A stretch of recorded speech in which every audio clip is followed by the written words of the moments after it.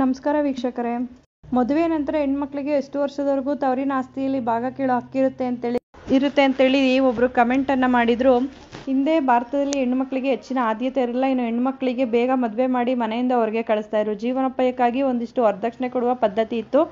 ಕೇವಲ ಗಂಡು ಮಕ್ಕಳಿಗೆ ಸೀಮಿತವಾಗಿದ್ದ ಆಸ್ತಿ ಹಂಚಿಕೆ ಹೆಣ್ಣು ಮಕ್ಕಳಿಗೂ ನೀಡುವಂತೆ ಸರ್ಕಾರ ಹಲವು ಯೋಜನೆಗಳನ್ನು ಜಾರಿಗೆ ತಂದಿದ್ದು ಈ ವಿಷಯ ಎಲ್ಲರಿಗೂ ತಿಳಿದಿದೆ. ಆದರೆ ಹೆಣ್ಣು ಮದುವೆಯಾದ ನಂತರ ಎಷ್ಟು ವರ್ಷಗಳವರೆಗೆ ಆಸ್ತಿಯಲ್ಲಿ ಪಾಲು ಕೇಳ ಅರ್ಹಳಾಗಿರುತ್ತಾಳೆ ಎಂಬ ಗೊಂದಲ ಇದೆ. ಮದುವೆಯಾದ ನಂತರ ಎಷ್ಟು ವರ್ಷಗಳವರೆಗೆ ಆಸ್ತಿಯಲ್ಲಿ ಪಾಲು ಕೇಳಬಹುದು, ಪಿತ್ರಾರ್ಜಿತ ಆಸ್ತಿಯಲ್ಲಿ ಹೆಣ್ಣು ಮಕ್ಕಳಿಗೆ ಪಾಲು ಇದೆಯಾ ಎಂಬ ಸಂಪೂರ್ಣ ಮಾಹಿತಿಯನ್ನು ಈ ವಿಡಿಯೋದಲ್ಲಿ ತಿಳಿಸ್ತಾ ಇದ್ದೀನಿ.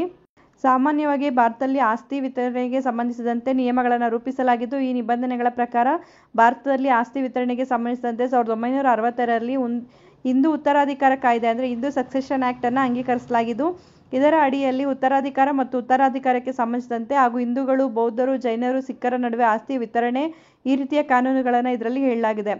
2005ಕ್ಕೂ ಮೊದಲು ಕೇವಲ ಗಂಡು ಮಕ್ಕಳಿಗೆ ಮಾತ್ರ ಆಸ್ತಿಯಲ್ಲಿ ಪಾಲು ನೀಡಲಾಗ್ತಿತ್ತು. ಅಂದರೆ ತಂದೆಯ ಪಿತ್ರಾರ್ಜಿತ ಆಸ್ತಿಯಲ್ಲಿ.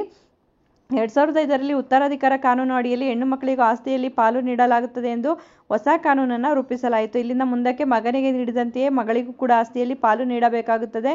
ಇನ್ನು ಈ ಕಾನೂನು ಹಲವಾರು ಹೆಣ್ಣು ಮಕ್ಕಳಿಗೆ ಸಹಾಯ ಮಾಡಿದೆ. ತಮ್ಮ ಜೀವನದಲ್ಲಿ ಬರುವ ಕಷ್ಟಗಳಿಗೆ ಇದು ಉಪಯೋಗ ಆಗಿದೆ. 2005ರಲ್ಲಿ ಹಿಂದೂ ಉತ್ತರಾಧಿಕಾರ ಕಾಯ್ದೆಗೆ ತಿದ್ದುಪಡಿ ಮಾಡಿದ ನಂತರ ಮಗಳನ್ನು ಆಸ್ತಿಯ ಸಮಾನ ಉತ್ತರಾಧಿಕಾರಿ ಎಂದು ಪರಿಗಣಿಸಲಾಗುತ್ತದೆ. ಅದರಲ್ಲೂ ಮದುವೆಯ ನಂತರವೂ ಮಗಳಿಗೆ ಆಸ್ತಿಯಲ್ಲಿ ಪಾಲು ಕೇಳುವ ಹಕ್ಕಿದೆ. ಮಗಳಿಗೆ ಮದುವೆಯಾಗಿ ಎಷ್ಟೇ ವರ್ಷ ಕಳೆದಿದ್ದರೂ ಕೂಡ ಮಗಳು ಬೇಕೆಂದಾಗ ಆಸ್ತಿಯಲ್ಲಿ ಪಾಲನ್ನು ಕೇಳಬಹುದು. ಇದಕ್ಕೆ ಯಾವುದೇ ವರ್ಷಗಳ ಮಿತಿ ಇಲ್ಲ. ಮಗನಷ್ಟೇ ಮಗಳು ಕೂಡ ಯಾವಾಗಲೂ ಆಸ್ತಿಯ ಮೇಲೆ ಹಕ್ಕನ್ನು ಹೊಂದಿರುತ್ತಾಳೆ. ಹಿಂದೂ ಉತ್ತರಾಧಿಕಾರ ಕಾಯ್ದೆಯಡಿಯಲ್ಲಿ ಆಸ್ತಿ ಎರಡು ಭಾಗಗಳನ್ನು ಮಾಡಲಾಗಿದೆ. ಒಂದು ಪಿತ್ರಾರ್ಜಿತ ಆಸ್ತಿ, ಇನ್ನೊಂದು ಸ್ವಯಾರ್ಜಿತ ಆಸ್ತಿ. ಪಿತ್ರಾರ್ಜಿತ ಆಸ್ತಿ ಅಂದರೆ ತಲಾಂತರದಿಂದ ಬಂದಂಥ ಆಸ್ತಿ. ಅಂದರೆ ಅಪ್ಪನ ಆಸ್ತಿ ಮಗನಿಗೆ, ಮಗನ ಆಸ್ತಿ ಅವರ ಮಕ್ಕಳಿಗೆ, ಹೀಗೆ ಆಸ್ತಿಯ ಪಾಲಾಗ್ತಾ ಇತ್ತು. ಸ್ವಯಾರ್ಜಿತ ಅಂದರೆ ತಂದೆ ಅಥವಾ ತಾಯಿ ತಮ್ಮ ಆಸ್ತಿಯನ್ನು ತಾವೇ ದುಡಿದು ಸಂಪಾದಿಸುತ್ತಾರೆ. ಇದು ಸ್ವಯಾರ್ಜಿತ ಆಸ್ತಿ ಎಂದು. ಈ ಸ್ವಯಾರ್ಜಿತ ಆಸ್ತಿಯ ಮೇಲೆ ಮಗನಿಗಾಗಲಿ ಮಗಳಿಗಾಗಲಿ ಯಾವುದೇ ರೀತಿಯ ಹಕ್ಕು ಇರುವುದಿಲ್ಲ. ಕೇವಲ ಪಿತ್ರಾರ್ಜಿತ ಆಸ್ತಿಯಲ್ಲಿ ಮಾತ್ರ ಮಗ ಅಥವಾ ಮಗಳಿಗೆ ಆಸ್ತಿಯ ಮೇಲೆ ಹಕ್ಕು ಇರುತ್ತದೆ. ಸ್ವಯಾರ್ಜಿತ ಆಸ್ತಿ ತಾನು ಸಂಪಾದಿಸುವ ಆಸ್ತಿಯಾಗಿರುವುದರಿಂದ ಒಂದು ವೇಳೆ ತಂದೆ ಮನಸ್ಸು ಮಾಡಿದರೆ ಆಸ್ತಿಯನ್ನು ಮಗ ಅಥವಾ ಮಗಳಿಗೆ ಸಮಾನವಾಗಿ ಹಂಚಬಹುದು ಅಥವಾ ಯಾರಿಗಾದರೂ ಒಬ್ಬರಿಗೆ ನೀಡಬಹುದು. ಒಂದು ವೇಳೆ ತಂದೆ ತನ್ನ ಆಸ್ತಿಯನ್ನು ವಿಭಜಿಸದೆ ಮೃತಪಟ್ಟರೆ ಮಗ ಮಗಳು ಇಬ್ಬರು ಆಸ್ತಿಯನ್ನು ಕಾನೂನುಬದ್ಧ ವಾರಸುದಾರರಾಗುತ್ತಾರೆ.